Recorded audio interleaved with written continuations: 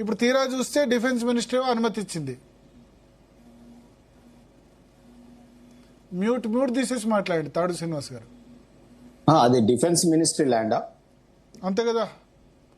అది apartments, illegal construction. Apartment కాదు. ఇప్పుడు దాన్ని దీనికి ఎందుకు ముడిపెట్టారు? బాపు ఘాట్ సంబంధించి అది ఆ పేద ప్రజలు, మిడిల్ క్లాస్ పీపుల్ కు ఏ రకంగా అంటే ఈ ప్రాజెక్ట్ కోసమే అపార్ట్మెంట్ ల్యాండ్ కూడా తీసుకుంటున్నారు. సో మనము ఇప్పుడు ఆ పర్టికులర్ ప్రాపర్టీ మేము కాదు కదా కస్టోడియన్. వాళ్ళు కట్టుకున్నారు, లోన్లు తీసుకున్నారు, కొన్నేళ్ల నుంచి. నేను అనేది ఏంటంటే వారికి నేను చెప్పండి, నేను చెప్పిన తర్వాత మొత్తం మళ్ళీ మీరు కంక్లూడ్ చేద్దరు భరత్ గారు. అయితే నేను భరత్ గారు ఒకటే సెకండ్, రేపు వస్తాను బాబు.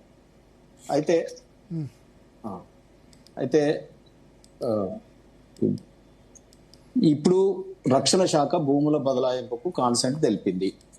దానికి రక్షణ శాఖ మంత్రి వర్యులకి గాని, మోడీ ప్రభుత్వానికి గాని ధన్యవాదాలు చెప్తా ఉన్నాం. మేము అభివృద్ధికి అడ్డం కాదు అని మొదటి నుంచి చెప్తా ఉన్నాం. మేము అభివృద్ధి అడ్డం కాము, కానీ పేద ప్రజల మీద, గుడిసెల మీద తొక్కుకుంటూ పోతామంటే మాత్రం ఊరుకో. అభివృద్ధి ఏ రకమైన నమూనాలో జరగాలి? ఒకవేళ నిజంగా ఆ ఇనండేషన్ కి గురై లోపల రివర్ బెడ్ లో గనక ఉంటే వాటిని కూడా మనం హ్యాబిటేషన్ ఇన్నేళ్ల నుంచి అక్కడ ఉంటున్నారు కాబట్టి, ఒక పక్షి గూడు తీయాలంటేనే ఒక ఇల్లు దులిపేవాడే భయపడతారు. సార్ అలా పక్షి గుడ్లు ఉన్నాయి సార్ అని. సో సెంటిమెంటల్ గా ఫీల్ అయ్యేటటువంటి దేశం మనది. ఇటువంటి దేశంలో ఒక మనుషుల యొక్క గూడ్లను తీసేటప్పుడు, ఇంతకుముందు కార్తిక్ రెడ్డి గారు అన్నారు, సోషల్ ఇంపాక్ట్ అసెస్మెంట్ చేయాలా, అక్విజిషన్ వాళ్ళకి రేటు కట్టియాలా, ఆల్టర్నేటివ్ ఎక్కడ ఇల్లు కేటాయిస్తారో చూడాలి, పిల్లల యొక్క స్కూల్స్ సోషల్ ఇంపాక్ట్ అన్న స్కూల్స్ కానీ ఇవి కానీ, వాళ్ళకి పెట్స్ ఉంటే పెట్స్ కానీ, ఇంతవరకు పోవాలండి ప్రభుత్వాలు. అసలు ప్రభుత్వాలకు సెన్సిటైజేషన్ లేని ప్రభుత్వాలు, లేకపోతే అసలు ఏదో గతంలో సామెతలు ఉంటుండే, దున్నపోతు మీద వర్షం పడ్డట్టో లేకపోతే ఏదో అంటుంటారు. అట్లా ఆ రకంగా ప్రభుత్వాలకే సెన్సిటైజేషన్ లేనప్పుడు ప్రజల కోసం మేమున్నాం, అన్నార్థుల కోసం మేమున్నాం, ఆపదలు చిక్కుకున్న వారికి మేమున్నాం అనే భావన లేదు. ఇప్పుడు నేను ప్రాజెక్టు కట్టాలి, రియల్ ఎస్టేట్ ఓనర్స్ చెప్పాలి, అక్కడ కమర్షియల్ యాక్టివిటీస్ చేయాలి, దాంట్లో కొన్ని కాంట్రాక్ట్లలో సొమ్ములు తినాలి, దీని మీద ప్రభుత్వాల దృష్టి వస్తా ఉంది. దానికి మేము వ్యతిరేకం, కంప్లీట్ వ్యతిరేకం. రెండోది మేము ఏమంటా ఉన్నామంటే, ఎస్ డెఫినెట్ గా కార్తిక్ గారు అన్నది వాస్తవమే. ఏంటిదంటే ఎప్పుడు కూడా రక్షణ శాఖ ల్యాండ్ ఫర్ ల్యాండ్ అనే విధానం ఉంటుంది. అంటే వీరు ఎంఓయూ చేసుకుంటారు. ఇప్పుడు నాకు తెలిసి రాష్ట్ర ప్రభుత్వం రక్షణ శాఖతోని ఆ ఎంఓయూలో డీటెయిల్స్ అన్ని ఉంటాయి. ఆ ఎంఓయూ ఎక్కడ బయటికి రాలేదు, ఏ రకమైన ఎంఓయూ అనేది. రెండోది నేనేమంటున్నానంటే, రక్షణ శాఖ ఒకవేళ ఇయ్యలేని పరిస్థితి ఉంటే మాత్రం ప్రజెంట్ రేట్ ఏముందో దాని కంపెన్సేషన్ కూడా డిపాజిట్ చేయడానికి అవకాశం ఉంది. ఫస్ట్ ప్రియారిటీ మాత్రం ల్యాండ్ ఫర్ ల్యాండే ఉంటుంది రక్షణ శాఖలో. ఇక్కడ లేకుంటే సపోజ్ షామర్పేట సైడ్ ఉందనుకోండి, ఒకే దగ్గర కంటోన్మెంట్ ఏరియా ఉందనుకోండి, దానికి వేరే చట్టం ఉంది, కంటోన్మెంట్ 2020 చట్టం ఉంది. సో ఆ రకమైనటువంటి ప్రొసీజర్ లో తీసుకోవాల్సి వస్తుంది.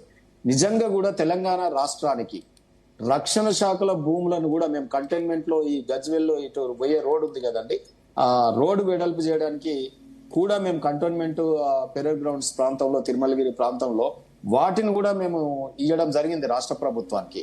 చూడండి, ఇంకా మమ్మల్ని నిందిస్తా ఉంటారు, ఒకేది దొబ్బుతా ఉంటారు, నిందిస్తా ఉంటారు. ఆ రకమైన అంటే ఒక కృతజ్ఞతా భావం లేని రాష్ట్ర ప్రభుత్వాలుగా మారిపోతా ఉన్నాయి. ఒకవేళ అంటే ఓట్ల కోసం చేసిన పనిని ఘనంగా లాగించుకుంటూ ఇంకా కొంత ఎక్కువ పనిని చేయించుకునే విధానంలో పోవట్లేదు. సో నేనేమంటున్నా అంటే వాళ్ళు అనొచ్చు, అదేంది పుణ్యానికి అది అంటే, డెఫినెట్ గా ఇది ట్యాక్స్ డెవల్యూషన్ ద్వారా వచ్చేటటువంటి నీతి ఆయోగ్ ద్వారా వచ్చే 42% నిధులు అది బాధ్యత ఇస్తున్నాము మేము, అది ఇవ్వాలి కూడా. సో దాన్ని అడిగితే ప్రాబ్లం లేదు, దాంట్లో ఏమైనా పెండింగ్ పెడితే తిట్టాలి. ఈ మిగతా అన్ని కొత్తగా నేను మూసి ప్రాజెక్ట్ పెట్టుకుంటున్నా నాకు డబ్బులు ఇయ్యి, లేకపోతే ఇంకోటి చేస్తున్నా నాకు డబ్బులు ఇయ్యి అని అడిగేటి ఏమైతే ఉన్నాయో అవి అడిగేటప్పుడు కాస్త రాష్ట్ర ప్రభుత్వం సంయమనంతో పోయి మాట్లాడి తీసుకురావాల్సినటువంటి అవసరం ఉంటుంది. ఆడ పోతున్నారు, ఈడనేమో హైదరాబాద్కి వెళ్ళి పోయేటప్పుడు కత్తి వెంకట స్వామి గారు మీరు కత్తి వెంకట స్వామి గారిని భరత్ గారు తెలంగాణ పరిపాలకులకి, అంటే గతంలోని నియంత కావచ్చు, లేకపోతే ఈ నేటి హిట్లర్ కావచ్చు, వీళ్ళు ఒకటే డైలాగ్, ఊతపదం ఇద్దరిది సేమ్ డైలాగ్ ఉంటది. కేంద్రం మెడల్ వంచి మేము సాధిస్తామంటారు. ఈ మెడల్ వంచడం ఏంటండి? అక్కడ కేంద్రం అంటే ఎవరో కాదు కదా, మట్టి కాదు ఈ మనుషులో అన్నట్టు కేంద్రం అంటే అక్కడ కూడా ప్రజలు ఎన్నుకున్నటువంటి నాయకులే ఉంటారు కదా. వారిని మెడల్ వంచుతాను ఇడికెళ్ళి బయలుదేరుతారు. ఆడ మెడల్ వంచి నమస్తే పెడతారు, అన్ని సాధించుకుంటారు, మళ్ళీ బయటకు వచ్చి ప్రెస్ మీట్ పెట్టి మళ్ళీ నిందించుకుంటూ వస్తారు. ఇదేందండి? ఒక ఒక ఒక విలువలు ఉండాలి కదా రాజకీయాలలో ఉన్నటువంటి నాయకులకి, అందులో రాజ్యాంగపరమైన పదవులో ఉన్నటువంటి వాళ్ళకి, ముఖ్యమంత్రి స్థాయి లాంటి వాళ్ళకి, మంత్రుల స్థాయి వాళ్ళకి ఎంత చక్కగా మాట్లాడాలండి. సో అది లేదు. మూసీ ప్రాజెక్ట్ ఇంతకుముందు కార్తిక్ గారు అన్నారు, ఎస్ డిపిఆర్ ఉందా? ఈ ప్రాజెక్ట్ రిపోర్ట్ రంగుల రాట్నము టీవీ యాడ్ నేను అనేది ఇప్పుడు మీరు మరి డిపిఆర్ లేదు ఎందుకు దీనికి ల్యాండ్ ఇచ్చారు? సూత్రప్రాయమైన అంగీకారం అండి. మేము ఇట్లా డిపిఆర్లు తయారు చేయబోతున్నాం. అదే సూత్రప్రాయం కూడా ఎందుకు ఇచ్చారు అంటారు మరి. నేనేమంటున్నా సార్, రేపు ఇంత పెద్ద ప్రాజెక్ట్ చేస్తున్నా మీరు అడ్డుపడతారు అని మళ్ళీ మీరే అంటారు. భరత్ గారు మీరే ప్రశ్నిస్తారు. మేమేమంటున్నామంటే ఈయన ఒక పెద్ద ప్రాజెక్ట్ చేస్తా ఉన్నాం, గాంధీ సరోవర్ ప్రాజెక్ట్. సరోవర్ అంటే మేము ఏమనుకుంటున్నాం అంటే అక్కడ సరోవరం వచ్చి మానస సరోవరం లాగా వచ్చి అక్కడ ఇంతకుముందు ప్రకాష్ అన్నట్టు అక్విటింగ్ అదేది చేపల పెంపకం ఇది గాని అది గాని అటువంటి చేపలు వచ్చి బ్రతికేంత సరస్సును చేస్తాడేమో అని మేము ఫీల్ అవుతున్నాం. అది తప్పదు కదా హైదరాబాద్ లో. నేను ఇంకా ముందుకెళ్ళి నేను చెప్తా ఉన్నా, ఒక గాంధీ సరోవర్ ప్రాజెక్టు, సరే గాంధీ విగ్రహం అక్కడ ఉంది, మన అస్థికలు ఉన్నాయి, ఆ ప్రాజెక్ట్ ని డెవలప్ చేస్తా ఉన్నారు. కొత్తగా కొన్ని ఏళ్ల సంవత్సరం నుంచి స్వయంభూ ఆలయాలు ఉన్నాయి, అవి చేస్తున్నాం. కొత్తగా ఓట్ల కోసం అసలు ఇప్పటి వరకు డిమాండు లేదు. అక్కడ వెనకటి నుంచి తరతరాలుగా ఒక మసీదు లేదు, ఒక చర్చ్ లేదు, కానీ వాటిని కూడా మేము నిర్మిస్తామని చెప్పి సరిసమానంగా వెనకటి నుంచి వేల సంవత్సరాల నుంచి ఉన్న గుళ్ళతో పాటు అంతే బడ్జెట్ తో అవి కూడా కడతాము అని అంటున్నారు. ఇక్కడే చూడండి రాజకీయాలు ఎట్లా మారిపోతారు. అంటే ఉన్న ఇండ్లనేమో గుల కొడతా అంటావు, లేని ఇవి ఏమో తెస్తా అంటావు మసీదులని.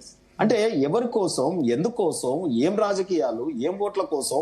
నువ్వే అంటావు నేను 10 ఏళ్ల వరకు ఉంటా, 10 ఏళ్ల తర్వాత ఉండవు కదా, మరి వచ్చే తరాలు ఎట్లా ఇది కావాలి? నేనేమంటున్నా, నీ 5 ఏళ్ల మళ్ళా ప్రభుత్వంలోకి రావడానికి గిన్ని కుట్రలు కుతంత్రాల? అసలు ఈ హైదరాబాద్ రాష్ట్రం మా ప్రకాష్ అన్న చెప్పాలి, అసలు పటేల్ గారి చొరవ లేదా, పోలీస్ యాక్షన్ లేదా?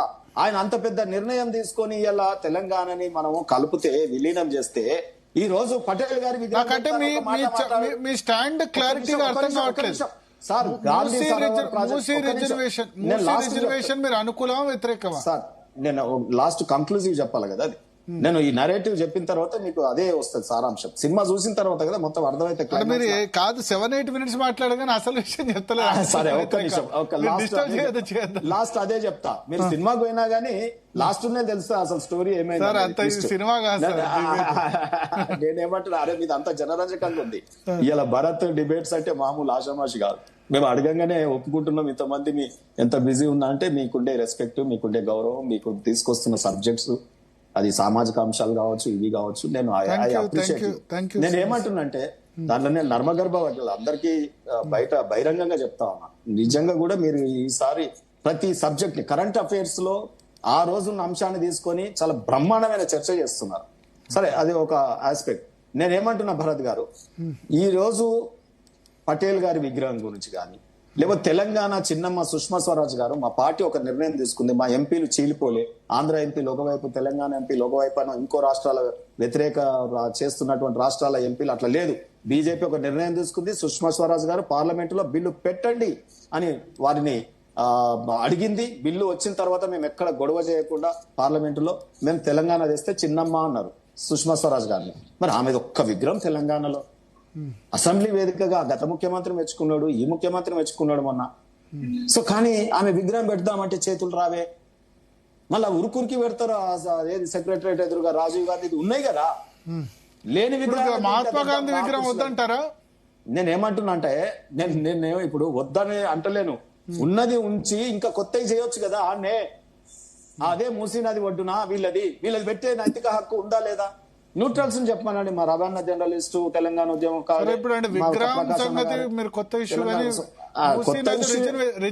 అందుకే ఎవరు మాట్లాడంది మాట్లాడాలని, ఇంతకుముందు వాళ్ళు చెప్పినవన్నీ మళ్ళీ నేను చెప్తే బాగుండదని, ఇంకో కొత్త లైన్ లాస్ట్ లో మాట్లాడే వాళ్ళకి ఒక ఇబ్బంది ఉంటది. అవన్నీ నేను చెప్దాం అనుకున్నా, కానీ వాళ్ళు చెప్పేసి రిజర్వేషన్ ఓకేనా కాదా? నేనైనా అంటున్నంటే మూసీ అభివృద్ధికి మేము అడ్డం కాదు. మూసీలో పేదల యొక్క గుండెల రోదన మీదకెళ్ళి మీరు బుల్డోజర్లు నడుపుతా అంటే ఊరుకోము. మరి ఎట్లా పేదలని ఆల్టర్నేటివ్ చెయ్యండి. మీకు చేత కాకపోతే నది పక్కనే ఉన్నాయి కదా, నది పక్కనే ఉన్నాయి ఇవన్నీ కూడా. సార్ వీళ్ళు చేస్తారా సస్తారా నాకు తెలియదు. ఇంతకుముందే ప్రకాష్ అన్నాడు ఇంకా 2.5 ఏళ్ళైనా సరిపోదని, ఇంకా డిపిఆర్ఏ కాలేదు. నేనేమంటున్నంటే వీళ్ళు చేస్తారో సస్తారో మాకు తెలియదు కానీ రేపొచ్చే మా గవర్నమెంట్ లో డబుల్ ఇంజన్ సర్కార్ లో తప్పకుండా మీరు చూడబోతారు మేము ఏ రకంగా చేస్తాం అనేది. చేయలేదా మేము గుజరాత్ లో? సో మా మోడలే చెప్తున్నాడు కదా, మీరు గుజరాత్ లో చేయలేదా అని అంటుండు కదా. వీళ్ళని నేను నమ్మనండి. ఆయన ఇస్తాంబుల్ అని పోయిండు, ఈయన లండన్ అంటాడు. ఆయనే హుస్సేన్ సాగర్ లో కొబ్బరి నీళ్ళు అనిపోయాడు, ఈయననేమో మూసీ నది కొబ్బరి నీళ్ళు అంటున్నాడు. వీళ్ళని ఏం నమ్ముతామండి? ఇద్దరు సేమ్. నేను హిట్లర్ అంటున్నాడు, ఆయన ఎస్ నిజాం నేను నిజాం అంటున్నాడు. ఆయన వ్యతిరేకంగానే బండి వెనక బండి కట్టి ఏ బండిలో వస్తో నిజాం సర్కార్ వాడు తెలంగాణ ప్రజలు వాడుకున్నారు. మరి ఈ రోజు ఈ రకంగా భావజాలంతో ఉన్నటువంటి నాయకులకి తెలంగాణ ప్రజలు ఏ రకంగా మరి మద్దతు పలుకుతారు? మీరు ఆలోచన చేయండి. పల్లెరవి గారు జాయిన్ అయ్యారు బీఆర్ఎస్ నుంచి. పల్లెరవి గారు